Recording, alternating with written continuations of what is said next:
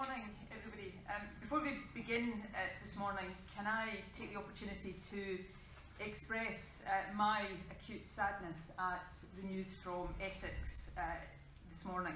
Obviously, we don't know all of the circumstances yet, but loss of life on this scale is tragic and horrific in every circumstance, and my thoughts are very much with all of those affected.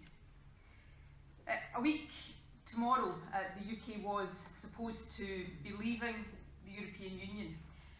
While it now looks almost certain that will not happen, the reprieve is currently only a temporary one. Brexit is an outcome that, I must remind everyone, goes directly against the wishes of the majority of people in Scotland. And far from a smooth and orderly Brexit, the UK's process of departure has been fraught, chaotic and hamstrung, as we saw again last night, by the UK government's own red lines. I very much welcome Parliament's decision yesterday to reject the government's timetable for scrutiny of the withdrawal bill. The proposal was a disgrace, and the way in which the Prime Minister sought to bully Parliament into accepting it was shameful. The question now, though, is what should happen next. Now, my party's MPs will consider next steps carefully when we have more clarity both about the European Union's views on an extension and the intentions of the Prime Minister. However, I will set out my view in general terms now. I am clear, for reasons that will be obvious when I turn to the impact of the deal in Scotland, that the extension now secured should not just be long enough to scrutinise a bad bill for a week or two longer. It should, in my view, be long enough to allow a general election or a referendum, or perhaps more realistically, the former leading to the latter. That seems to me to be the only route out of this mess for the UK. Of course, for Scotland, the best solution for the long term is to become an independent nation able to take these crucial decisions for ourselves. But the fact is, this UK Parliament is and will remain broken. The deal proposed by the Prime Minister is deeply flawed, and there is no sense that Brexit will be done, even if this withdrawal agreement is ultimately passed. Reaching a deal on the future relationship will be even more complex and difficult. The UK is facing many more years of fraught negotiations on future arrangements. And despite warm words, it is highly possible that with this deal, a catastrophic no-deal outcome has only been postponed until December next year. That's why putting this issue back into the hands of the electorate seems to me the best way forward. However, if this legislation does proceed, the consent of the Scottish Parliament and the Welsh Assembly will be required. The UK Government has explicitly accepted that fact. So today I will briefly set out why my government will not recommend that consent. This is quite simply a bad deal and a bad bill. It is bad for Scotland, bad for Wales and bad for the UK. Indeed, the uniqueness of this event, the First Ministers of Wales and Scotland of different political persuasions uniting in opposition to this deal, is in itself a signal of how bad we believe it to be. Those who voted for it last night voted to do real damage to all parts of the UK. The bill doesn't protect workers' rights or environmental standards. References to a level playing field have been downgraded. We have consistently argued that if we are to leave the EU, we should be in both the customs union and the single market. This bill does not deliver anything remotely like that. Instead, it paves the way for a hard Brexit free trade agreement that would wipe billions from the Scottish economy and cost each person in Scotland £1,600 compared to EU membership. Indeed, according to the Fraser of Allender Institute this morning, our economy is already £3 billion smaller than it would have been without this 3-year farce. This deal would also end freedom of movement, which would be disastrous for Scotland's working population. And the processes for involving both the Scottish and Welsh governments in negotiations over the future relationship and trade agreements is nothing short of a joke. And while we support the Good Friday Agreement in its entirety and support a deal for Northern Ireland that protects that, these arrangements would place Scotland at a serious competitive disadvantage. Of course, Scotland and Wales are in some respects in different positions. The people of Wales voted narrowly to leave, while the people of Scotland voted overwhelmingly to remain. I believe in independence, Mark does not, but nobody in Scotland or in Wales voted for a hard Brexit. Nobody voted to be made poorer, to lose their hard-won protections at work, or to see the environment put at risk, and nobody voted to have the core principles of devolution trampled over in a stampede to get out of the EU come what may. So as heads of the governments of Scotland and Wales, it falls to us to ensure that the roles and responsibilities of our parliaments are respected and that the people we serve are protected. So as Welsh Assembly members made clear yesterday, and as I expect members of the Scottish Parliament will also make clear, we do not consent to the EU withdrawal bill. And when that happens, of course, it will be the first time in the history of devolution that both Scotland and Wales will have refused to give legislative consent to a bill that affects us both. And the question for the Prime Minister is this: how will he respond to that? And the answer to that for Scotland will have long-term consequences. Scotland did not vote to leave. A majority of Scottish MPs and a majority of Scottish MSPs have voted against leaving the EU. All of that has been ignored and disregarded. We hear a great deal in the House of Commons, understandably I may say, about the views and interests of Leave-supporting constituencies. But the fact that the nation of Scotland voted to remain is treated as irrelevant. So if the Scottish Parliament does vote to withhold consent to this legislation, people will be looking closely to see if we are listened to or yet again ignored. To conclude, it is hard to imagine a Brexit deal more damaging to Scotland's future prosperity and well-being than that proposed by the Prime Minister. Any MP who votes for it should be in no doubt that they would be doing so, not just against the views of the majority in Scotland, but against our economic and social interests too. My duty as First Minister of Scotland is to do all I possibly can to oppose such a damaging outcome for the people I serve, and also to ensure that the voice of Scotland's Parliament and people is heard and listened to. That's what I intend to do, and I'm proud to be standing alongside Mark as he also seeks to protect Wales from the damage that this deal would do. I will now hand over to Mark before we both take questions from all of you. Mark. Wel, Nicola, diolch yn fawr, a diolch yn fawr, wrth gwrs, i chi gyd am ddod bore yma. As Nicola did, let me just begin by taking a moment to express our utter horror at the news today of the deaths of 39 people reported as coming from Bulgaria in Essex, and who are reported as well originally as having entered the United Kingdom via the Welsh port at Holyhead. So I'm here to set out the Welsh Government's approach to the withdrawal agreement and the withdrawal agreement bill, which, whether it is in limbo or in purgatory, is clearly at least not yet dead. We do so, of course, because we have a critical interest in all this.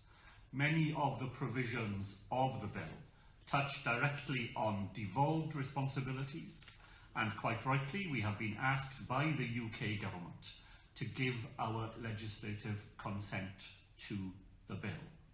Now, having asked the question, the government here in London must respect both the time we need to consider the bill properly and to respect the decisions of devolved parliaments on that question of consent. And as you will know, yesterday the National Assembly voted by a large majority to make it clear that it would have no intention of giving that consent to the bill as it is currently drafted. Now, substantively, let me be clear about why this is a bad deal. A bad deal for Wales, and as I believe, a bad deal for the whole of the UK, and then I'll say something about what we believe needs to happen next. First of all, the long-term relationship with the EU which this government envisages would entail real, sustained economic damage.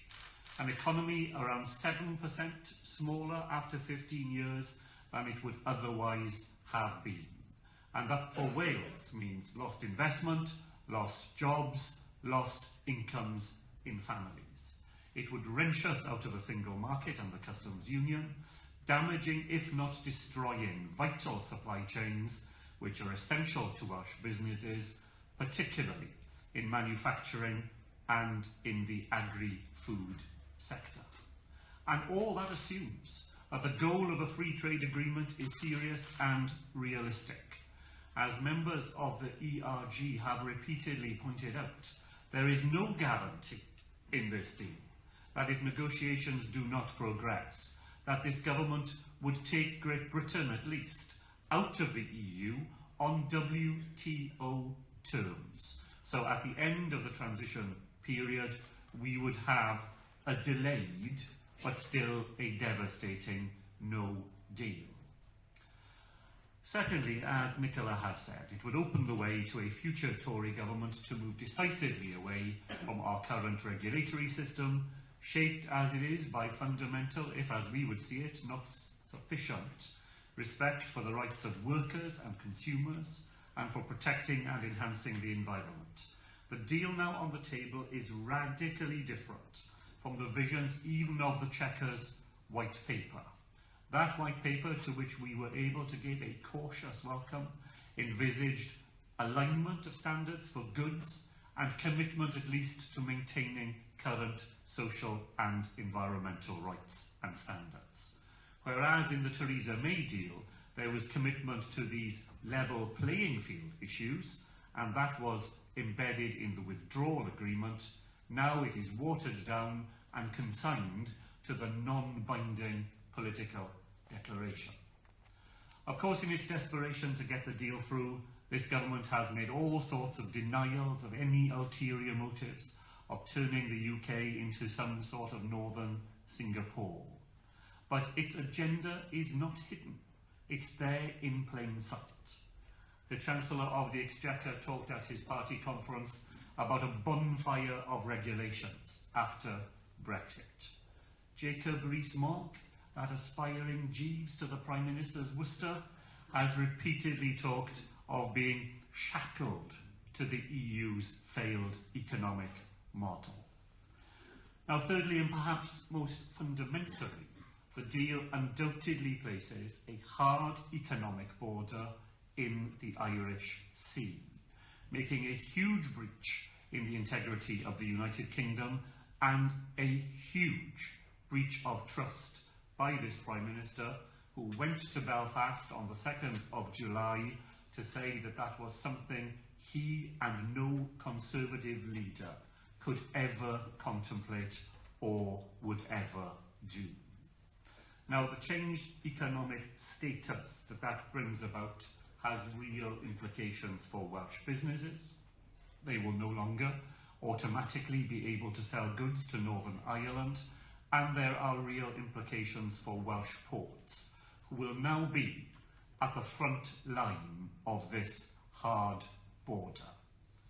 So this is a bad deal, and that's why the National Assembly made it clear yesterday that it would not be prepared to give legislative consent to the withdrawal agreement bill as drafted. And if that is the case, what do we want and what do we hope to achieve today? Well, first of all, it is to emphasise that fundamental constitutional point. The National Assembly for Wales and the Scottish Parliament are entitled to the time we need to discharge our constitutional duty, to scrutinise the agreement and the highly complex piece of legislation associated with it. Last night's vote makes that more likely, but trust in this Prime Minister is at a very low ebb. We need a nailed-down opportunity to do the things that fall to us to do, and we need more than an extra 2 or 3 days to do that properly.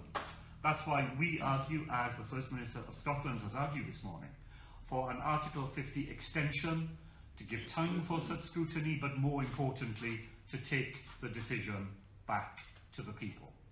If the Prime Minister believes what he says, if this is such a wonderful deal, and if he is as frustrated as he claims to be by Parliament's reluctance to roll over and give in, then he should have no hesitation in putting his hard Brexit deal to the electorate with an alternative of remaining in the European Union.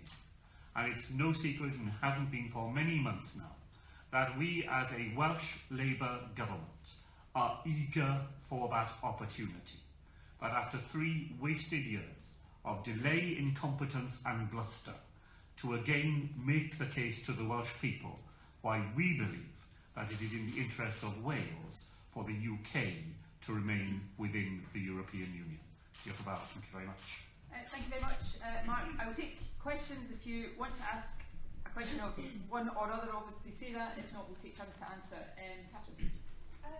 If an extension is granted to the 31st of January and Boris Johnson calls for a general election before Christmas, will MPs be voting for that? Well, as I said in my opening remarks, we will take our decisions on next steps when we know what the situation is around an extension, and indeed when we've got some clarity about the intentions of the Prime Minister. As we've said consistently over recent weeks, we will not be manipulated by a Prime Minister who, as Mark has said, has trust levels at a very, very low ebb. I want a general election. I also have supported a second EU referendum. My views on the sequencing of all of that are driven, I think, largely by practical considerations. I've always remained open-minded, but it's not been possible yet to demonstrate that in this House of Commons there is a majority for a second referendum, and it's not yet clear what the pathway to that would be. So, in my view, it may be that the pathway to a second referendum has to be through a general election, and that's a general election we're keen to see because we want to see the back of this Tory government. But in terms of what we will and will not vote for, I think we need a bit of clarity, both from the EU and what the government's intentions are. Mark? Well, I have always been agnostic on whether a general election or a referendum is the best way to get this decision put back in the hands of the people. But I've never been anything but clear that that should be the end objective. At various times I've stood in front of audiences and been told that there was no chance at all of a general election, and I've been told at other times that there was no chance at all of a referendum. What I want to see is this decision put back in the hands of the people who made it in the first place. If a referendum comes our way, we should grab it with both hands. If a general election comes our way first, I absolutely want a general election. Those things are not in the hands of the National Assembly for Wales, and we watch the unfolding story here in London. Either way, the fundamental issue is how do we break through the logjam that we have seen, and that is to ask the people who made the first decision whether they're still of the same mind or now would be persuaded, as we would seek to persuade them, that our future is best secured with the best deal we'll ever have, and that's remaining in the European Union. Okay, I'm going to take Adrian from ITV Wales, and then Libby, I'll come to you. A question directly to the First Minister of Wales. You've spent the last year most of the last year arguing for some sort of a deal. If some Welsh MPs are willing to consider this deal with a few tweaks, why can't you? And then the same question to the First Minister of Scotland, or a similar question to the First Minister of Scotland. Is there any deal that you could support? Well, Adrian, you're right. We set out in securing Wales's future jointly with Plaid Cymru a way of leaving the European Union that would have honoured the result of the referendum, but which would have avoided the huge damage that would otherwise be done to the Welsh economy and to Welsh communities. We rolled that stone painfully uphill for month after month after month. As I said in my opening remarks, it reached its apogee in the Chequers white paper, which came closest to the sort of deal that we would have been willing to support. But the Foreign Secretary of the time flounced out of the Cabinet because of the Chequers white paper. And ever since Mrs May announced her resignation and it became clear that the contest inside the Conservative Party would be between ever harder forms of Brexit, then our ability to go on advocating realistically for the deal we would want to have said vanished to the point where it was no longer, I thought, credible to go on arguing for it. So we would have supported a deal, and we believe that if Mrs May had been willing to grasp the arguments that we and indeed the Scottish Government put in their paper of the same date, there was a deal there to be done. The current deal is absolutely unacceptable to the Welsh Government. I could not encourage any MP to vote for it because of the damage that it will do to Wales. And picking up on that, almost exactly 3 years ago, the Scottish Government published a document called Scotland's Place in Europe, which set out a compromise position. Notwithstanding our vote to remain, we said that if the UK was to remain in the single market or the customs union, then that would be a reasonable compromise, not our first preference, but a reasonable compromise. It also put forward, if that wasn't possible, options for Scotland to have that kind of relationship. All of that was dismissed and ignored and disregarded, and that kind of deal is clearly not on the table. So my priority, I have to say now, is to stand up for what Scotland voted for, which is to remain in the EU. Libby. The main reason for not voting for an election up till now was the risk of no deal. That is off the table. The Prime Minister has applied for an extension. Why not go for an election? Well, with respect, I don't think that is quite off the table yet, because we don't yet know what the EU's response to the extension request that Boris Johnson was forced into making at the weekend, albeit rather petulantly. And it is still possible that they come back with a response saying we'll extend for a couple of weeks to allow more time for scrutiny of the bill. So I'm simply making the point that we need to have clarity around that.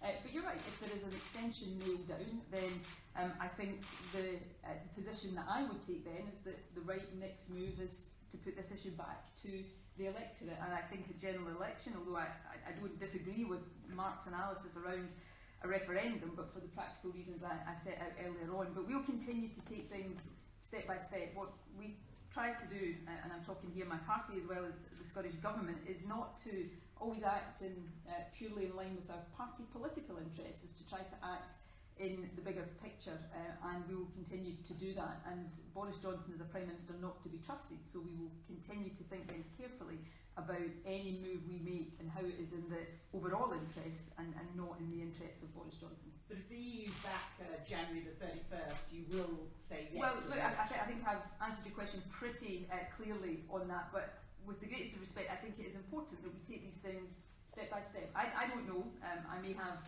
my own views on what the EU is likely to say, but we know there is a debate ongoing within the European Council right now, so I think it's important we await that, and then we'll judge next steps, and we'll judge those steps on the basis of what we think is right in the overall interest. But suffice to say, I want a general election because I want to see the back of this Tory government, and I want people to have the opportunity to turn their back on Brexit, as of course Scotland did at the first time of asking 3 years ago. Mark, I don't know if you want to... Well, only to say that a no deal is not off the table. We're being invited to meetings over this weekend of the UK Government's no deal preparation committees, and our emergency coordination centre will remain open over the next few days on the basis that the disaster of a no deal Brexit is not yet firmly avoided. Right, I have a forest of hands. Michael. Michael Sutton from the Herald. First Minister, you want the Scottish public in 2020 to face a general election, a European referendum, a Scottish independence referendum. Some voters might be figuring for thinking that this is Nicola Sturgeon's masochism strategy. I think effectively your words rather than anybody else's words in Scotland, but look, I am not the author of the mess that the UK is currently in. We have to find a way out of the mess that Brexit has caused. And short term, a general election, a second EU referendum, certainly for the whole of the UK, gives those opportunities. But for the longer term, for Scotland never to find itself in this position again of facing a future that we haven't chosen but that is instead being imposed upon us, yes, I do believe we have to make that choice about being an independent country. And, you know, whatever sort of characterisation you try to put on those choices for the people of Scotland, all of that is preferable to being dragged out of the European Union against our will, possibly on a no-deal basis or on a deferred no-deal basis, because even if this Boris Johnson deal is passed over the next few weeks, it simply postponed the prospect of a no deal to January, July and December next year. That's not a future that I think very many people in Scotland relish. So finding ways out of this, it really matters. Andy. Aren't the public entitled, and L5 News, aren't the public entitled to say what's going on here when opposition parties like the SNP can't give a straight yes to the question, would you vote for a general election tomorrow? I want a general election, but I've always said that we have to absolutely secure the extension that means that a general election wouldn't do Boris Johnson's work for him in the sense of allowing the UK to fall out without a deal. So I don't know if that extension is secured yet. When that is, I will make clear what the SNP will do, but I think you can, read between the lines here that I want an election, but I want that election to be able to fulfil a purpose of helping find a way out of this crisis, not deepening the crisis that the UK is in, and I think that's the responsible approach to take. Well, we desperately want a general election. People in Wales are desperate to be rid of this rotten government. But if you think that that means surrendering the whole decision-making over it into the hands of Boris Johnson, then that is absolutely not the position that we would take. So we will follow, as Nicola has said, the unfolding events in Westminster, and the Labour Party will act in the interests of the people that we represent, and that certainly does not mean simply handing over the decisions to a man who, in our view, has so singly demonstrated why we would not be willing to trust him to do that in the national rather than the sectional interest. Early. You've both spoken about the need for scrutiny and time for devolved governments to look at the withdrawal agreement bill. Can you be clear about exactly how long you would like, and would you back a longer scrutiny period in the Commons if that's something that's suggested in the next couple of days? Well, I'll answer that question in terms of order of preference. It's not my preference simply to have a few more weeks to scrutinise a bad bill that will lead to a bad Brexit. I want to see an alternative to Brexit. But if this bill is going to proceed, and again that's something we don't know for sure right now, then it has to have proper time for scrutiny both in the House of Commons and in our legislatures as well. Now, because you've followed Scottish politics, normally these would be scrutiny sessions done over a fairly lengthy period of time, with committee sessions and full parliamentary debates. Obviously we need to fit that to the time available, but 3 days, there was the prospect of the Scottish Parliament having to be recalled tomorrow to consider this without any committee scrutiny. So we need a decent, proper period of time if we are to do our jobs properly, and that was not on offer.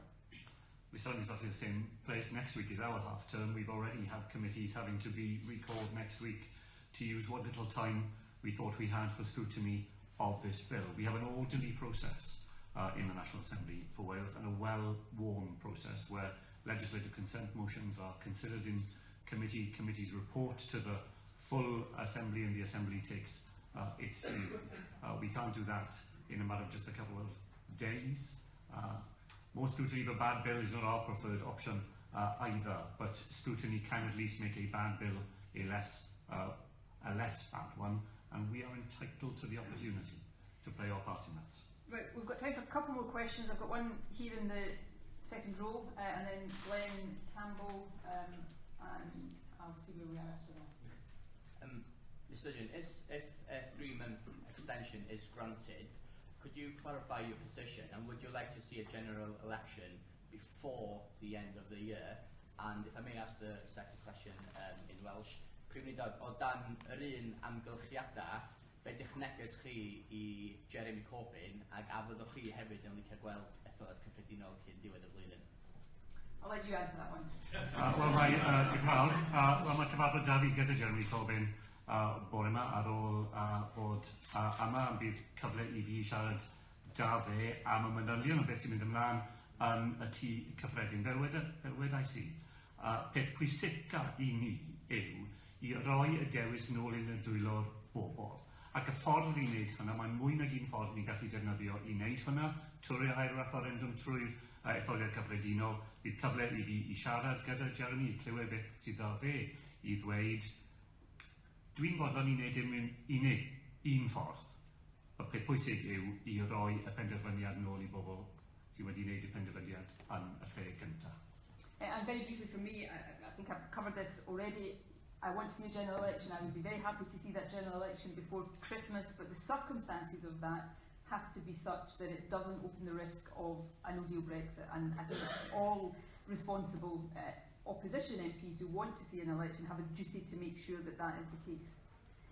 Glenn and Torquil, and then I think we have to wrap it up. First Ministers, should there now be a vote of no confidence in this government, and should Boris Johnson call it himself if the opposition won't? Well, that would be the ultimate, really, sign of the chaotic government he leads. If he ends up moving a vote of no confidence in himself, it would be highly appropriate.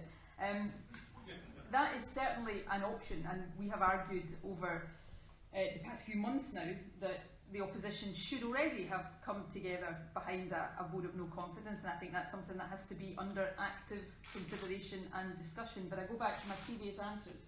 We have to make absolutely sure that any steps we take as the opposition do not open up or increase the risk of a no-deal Brexit happening by accident, and that's why the response that the European Council gives, whether that is today or later this week, I don't know when that will be, is I think very important for all of us in determining exactly what the next step should be.